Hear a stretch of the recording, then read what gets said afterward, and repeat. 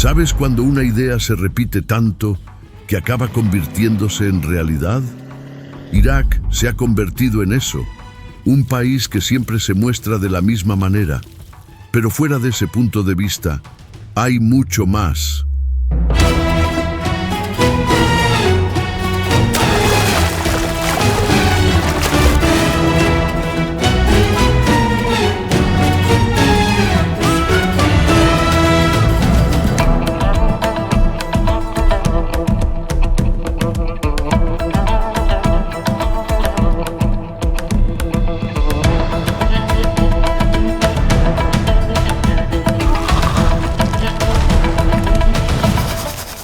Bienvenidos a Irak, entre ríos e imperios. Fue aquí, entre los ríos Tigris y Éufrates, donde comenzaron a surgir algunas de las primeras civilizaciones de la Tierra. Y si este lugar ayudó a moldear los inicios de la historia humana, ¿por qué tanta gente sigue creyendo que solo hay una historia? A partir de ahora, nuestro viaje comienza a revelar otras páginas, una por una, y ninguna de ellas se parece a los estereotipos que el mundo ha aprendido a ver.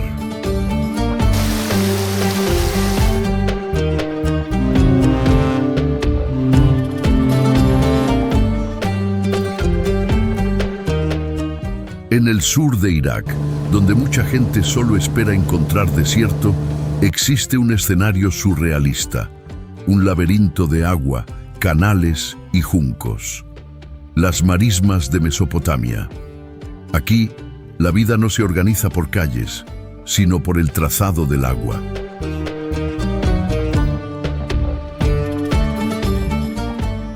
Esta región está habitada por los Madán, conocidos como árabes de los pantanos.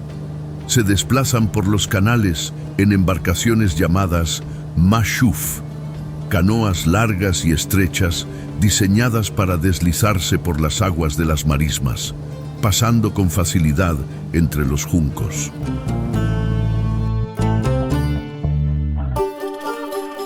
Las casas y los salones de la comunidad se construyen con el propio junco de los pantanos. Curvado en altos arcos y trenzado a mano, este material da forma a estructuras ligeras y resistentes. A primera vista, las casas parecen modestas, pero es allí donde se desarrolla la vida social, acogida, largas conversaciones, acuerdos y rituales que mantienen la cohesión de la comunidad.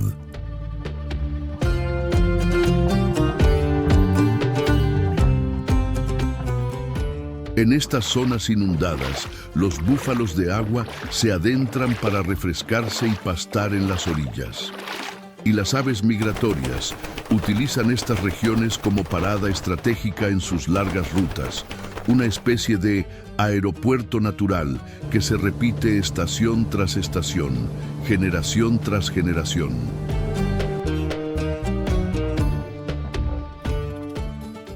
Y es en este vaivén de estaciones cuando una silueta llama la atención en el horizonte. Sus alas son anchas, con casi 3 metros de envergadura, y cuando se posa en el agua parece demasiado pesado para flotar. Se trata del pelícano blanco. Lo que más impresiona es su largo pico, que sostiene una bolsa elástica capaz de almacenar varios litros de agua de una sola vez. Pero esa bolsa no sirve solo para guardar alimento. Transforma la captura en un movimiento preciso, una herramienta de pesca moldeada por la propia dinámica de los pantanos. A pesar de su imponente tamaño, el pelícano blanco es sorprendentemente ligero para volar. Sus amplias alas le permiten largos vuelos planeados.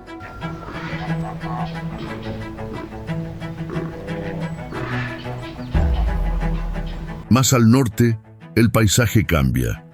Si en el sur el agua da forma a la vida, en el norte es la montaña la que marca el ritmo. La cordillera de Zagros atraviesa el Kurdistán iraquí, formando una de las barreras geológicas más importantes de Oriente Medio. Sus picos superan los 3.000 metros y ayudan a retener la humedad, lo que explica por qué esta región recibe más lluvias que el resto del país.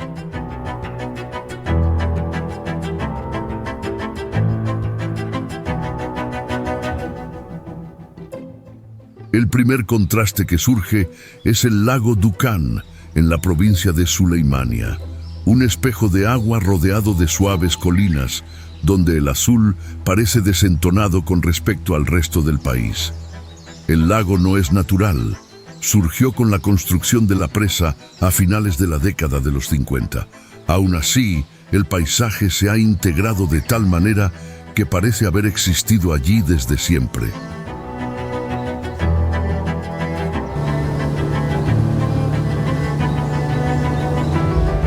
Pero el Kurdistán va más allá de los lagos y las colinas. A medida que la carretera avanza hacia la provincia de Duhok, el relieve se vuelve más montañoso y revela Amedi.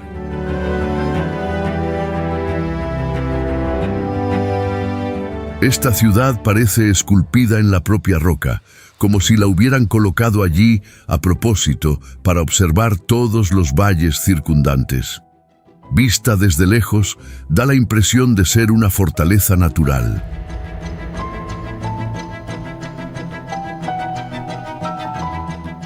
Lo que poca gente sabe es que Amedi fue en su día capital de un antiguo principado kurdo y durante siglos funcionó como centro intelectual y religioso de la región. Allí existió una de las escuelas judías más antiguas de Oriente Medio. Las tradiciones locales afirman que importantes figuras históricas, entre ellas Alejandro Magno, habrían pasado por estas montañas. La meseta es compacta, con poco más de 1 kilómetro de extensión, y hace que toda la ciudad parezca suspendida sobre el vacío. Las empinadas laderas sirvieron de defensa natural durante siglos, lo que hacía que las invasiones fueran extremadamente difíciles.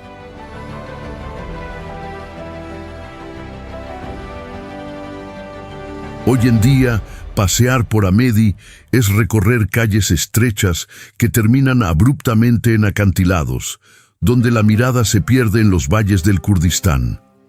La misma geografía que protegió la ciudad durante siglos ahora convierte cada esquina en un mirador.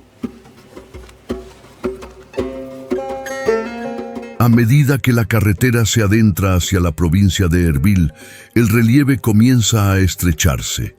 En Rawandus, las montañas se alzan de forma abrupta, formando uno de los desfiladeros más impresionantes de Irak.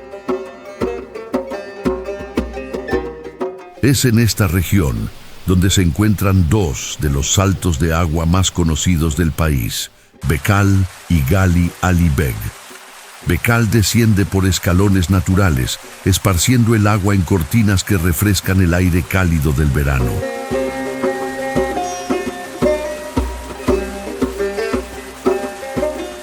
Por su parte, la cascada de Gali Ali Beg destaca por la fuerza de su caída, encajada entre paredes rocosas que amplifican el sonido del agua. En primavera, el deshielo y las lluvias aumentan el caudal de los ríos. La vegetación cubre las montañas, convirtiéndolas en uno de los destinos naturales más visitados del Kurdistán iraquí.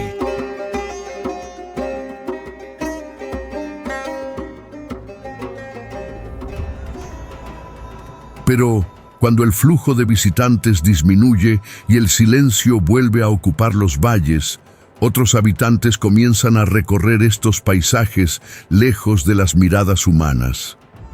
Entre esas rocas y arbustos surge la hiena rayada, uno de los animales más discretos de Oriente Medio. A diferencia de las hienas africanas, es solitaria y evita los enfrentamientos.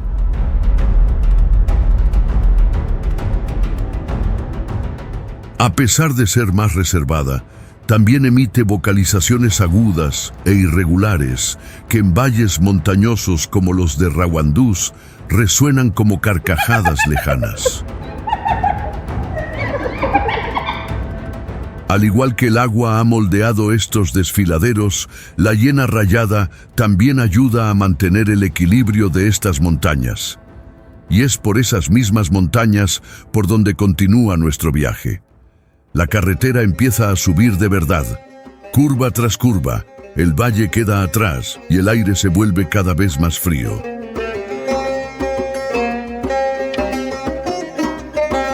Con más de 2000 metros de altitud, la montaña Korek destaca como una de las elevaciones más bellas del Kurdistán iraquí.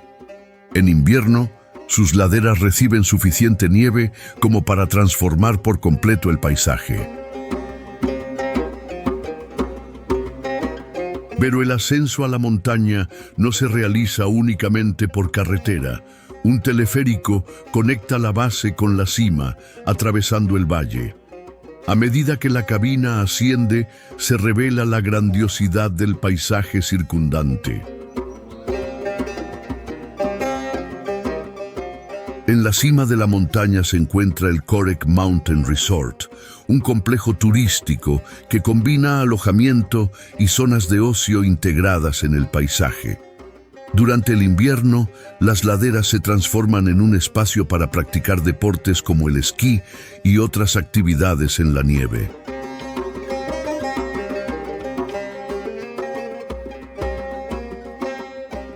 A medida que dejamos atrás las montañas del norte, las laderas dan paso a una inmensa llanura surcada por los ríos Tigris y Éufrates. Fue en esta tierra fértil donde el agua hacía posible cultivar, almacenar y establecerse, donde surgieron las primeras ciudades organizadas.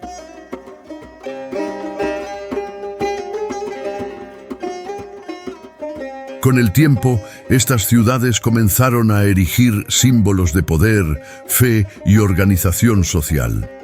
Algunos de estos símbolos siguen en pie hoy en día, como el Gran Sigurat de Ur, que se eleva de la tierra como una montaña construida por manos humanas. Era más que un edificio, era una plataforma que acercaba el mundo de los hombres al mundo divino. En una región sin montañas naturales, construyeron su propia montaña.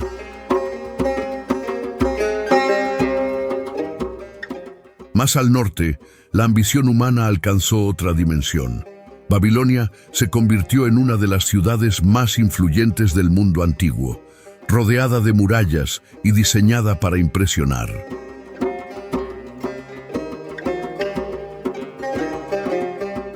La puerta de Ishtar, revestida de ladrillos esmaltados en azul intenso y decorada con leones y criaturas míticas en relieve, era la entrada principal de la ciudad, el punto por donde pasaban procesiones, comerciantes y emisarios extranjeros.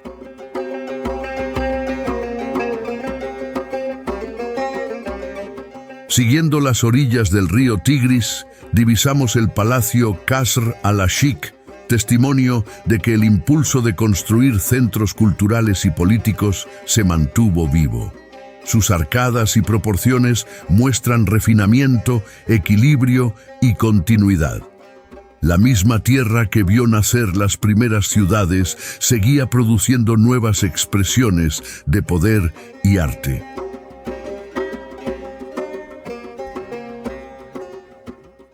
Mucho antes de que existieran ciudades como Londres o París, esta antigua tierra ya registraba leyes, organizaba calendarios y erigía arquitectura monumental.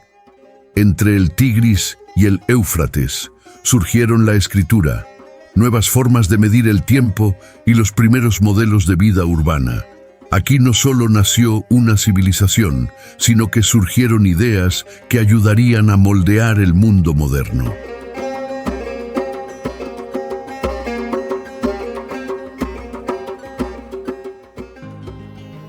Pero la historia de esta tierra no se detuvo en las ruinas. El río Tigris sigue fluyendo y a sus orillas se levantó una capital para dar nueva forma a las antiguas ideas.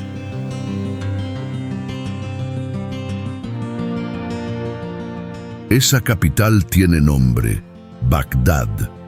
una de las ciudades más antiguas del mundo islámico, hoy transformada en una metrópolis de más de 8 millones de habitantes que late día y noche. Pero, ¿qué mantiene viva una ciudad que ya fue el centro del conocimiento mundial? Las ideas. En Bagdad hay un edificio de ladrillos dorados que en su día fue considerado una de las instituciones más avanzadas del planeta. La Escuela Al-Mustansiriyya, inaugurada en 1227, cuando el país aún destacaba como un gran centro intelectual del mundo islámico. Pero lo que rara vez se cuenta es que allí no solo se enseñaba teología.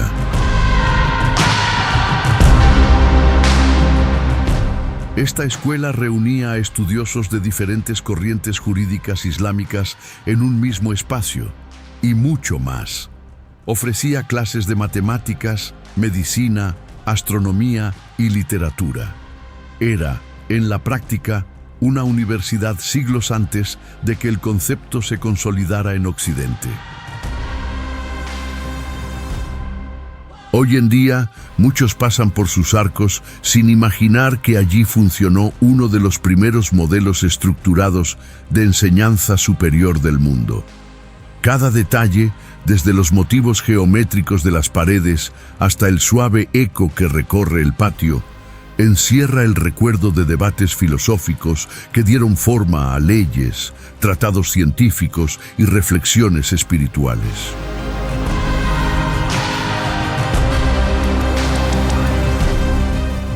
La Escuela Al-Mustansiriyya no es solo una reliquia arquitectónica, es la prueba de que Irak fue en su día un faro intelectual cuya luz llegaba a otros continentes y, incluso tras invasiones, guerras y reconstrucciones, esa luz no se ha apagado por completo.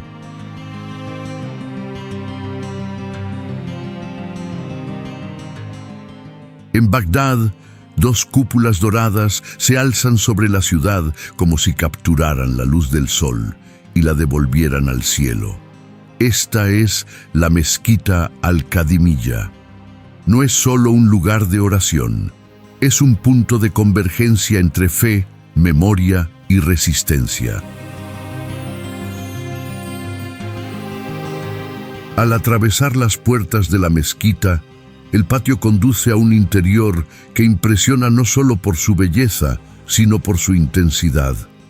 Lámparas monumentales cuelgan del techo como constelaciones suspendidas, esparciendo reflejos sobre el mármol pulido del suelo. El dorado contornea arcos e inscripciones caligráficas, creando una atmósfera que mezcla arte y devoción. Hay un detalle que muchos desconocen. Gran parte de los hermosos mosaicos espejados se cortó y colocó a mano, pieza por pieza. No hay repetición industrial. Hay paciencia, intención y una dedicación que transforma el espacio en algo casi etéreo. Por la noche, cuando la iluminación se refleja en las cúpulas y los minaretes, el santuario parece flotar sobre la ciudad. El brillo no es solo estético, encierra un simbolismo claro para los fieles, la idea de orientación en tiempos difíciles. A lo largo de las décadas, incluso cuando Bagdad se enfrentó a guerras e inestabilidad, las cúpulas siguieron visibles en el horizonte, como un punto fijo en medio de las incertidumbres.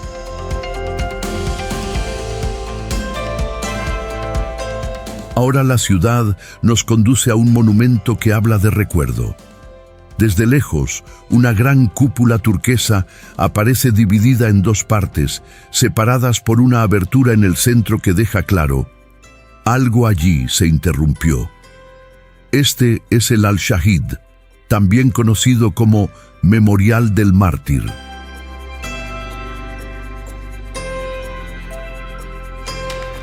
Se inauguró en la década de los 80 para rendir homenaje a los soldados iraquíes muertos en la guerra contra Irán.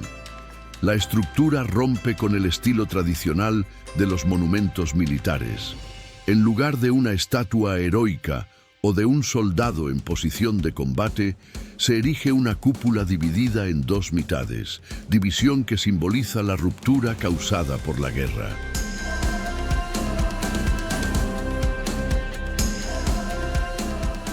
Debajo del monumento hay un museo subterráneo.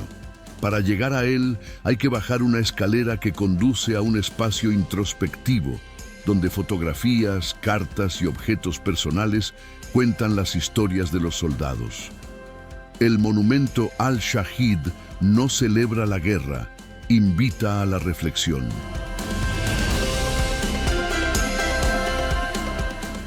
La cúpula partida no solo representa la pérdida, sino la importancia de recordar para seguir adelante. Más que recordar conflictos, muestra cómo la memoria también forma parte de la identidad y del futuro de Irak. Tras atravesar siglos de historia y monumentos que preservan la memoria del país, Bagdad vuelve a sorprender. Recientemente, el Iraq Mall abrió sus puertas, consolidándose como el mayor centro comercial de Irak y uno de los mayores complejos comerciales de Oriente Medio. El complejo ocupa una superficie gigantesca, reuniendo comercio minorista, servicios y ocio a una escala sin precedentes en la capital. El complejo ya recibe al público, con amplios pasillos, espacios comunes y un hipermercado de gran tamaño. Algunas grandes marcas internacionales también comenzaron sus operaciones justo en la semana de la inauguración.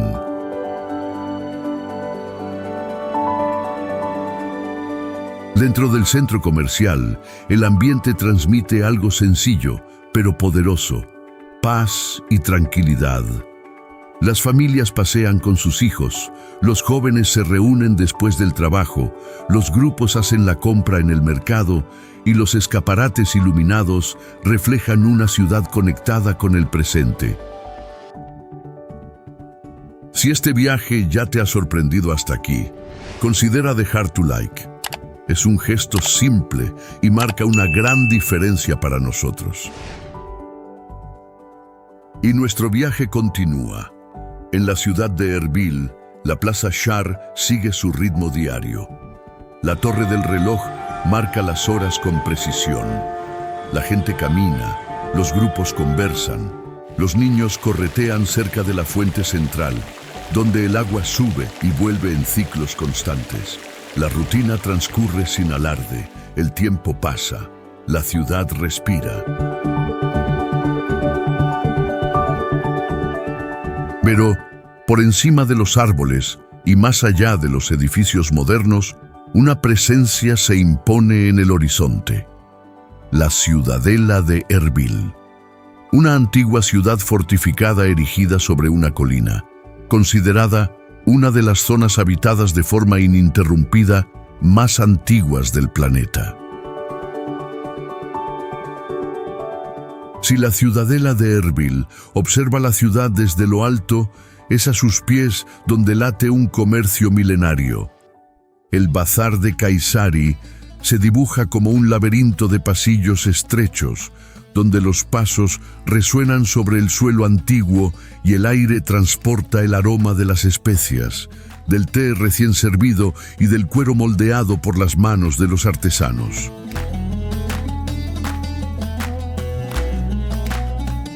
A diferencia de los centros comerciales modernos, aquí cada tienda parece la continuación de la anterior. Telas de colores cuelgan de las puertas, montones de azafrán y comino forman pequeñas montañas aromáticas. Pero lo que realmente define al bazar no son los productos, es la hospitalidad genuina. Es habitual que se invite a un visitante a sentarse, aunque no tenga intención de comprar nada. Se sirve un té. Las preguntas sencillas se convierten en largas conversaciones. Muchos comerciantes hablan con orgullo de sus familias, explican el origen de las mercancías y cuentan historias que atraviesan generaciones. No hay prisa por cerrar un trato. Aquí se trata al visitante como a un invitado. Esta práctica no es marketing, es cultura. En Irak, recibir bien forma parte de la identidad.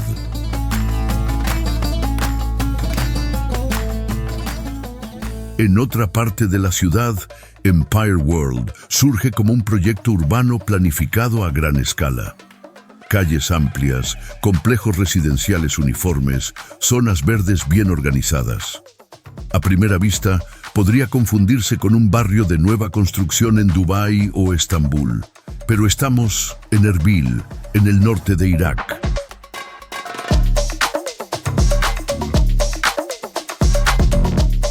Y entonces, en el horizonte, divisamos la One Tower. Con su estructura de cristal y acero reflejando el cielo, alberga oficinas, apartamentos y espacios comerciales que conectan Erbil con redes empresariales globales.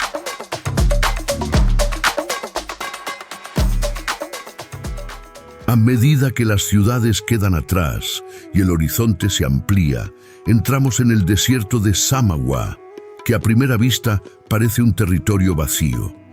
Pero allí, donde el calor distorsiona el aire y el suelo guarda grietas como antiguas cicatrices, se encuentra uno de los paisajes más inesperados del país.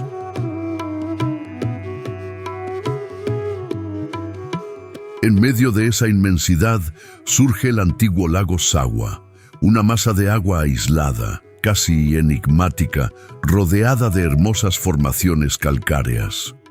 Alimentado por manantiales subterráneos, el lago se equilibra entre el agua que llega desde abajo y la intensa evaporación del desierto, un frágil equilibrio que durante décadas ha mantenido vivas sus aguas. Pero el verdadero espectáculo de este desierto comienza cuando la luz del sol se atenúa. A medida que el calor retrocede, pequeñas huellas aparecen en la arena. Es en ese momento cuando el zorro de Rüppell entra en escena. Más pequeña que el zorro común, pero con orejas anchas que funcionan como radiadores naturales, se mueve con ligereza sobre el terreno caliente. Pocos saben que sus patas tienen un pelaje denso en la parte inferior, una adaptación que la protege del suelo caliente y le permite caminar casi sin dejar rastro.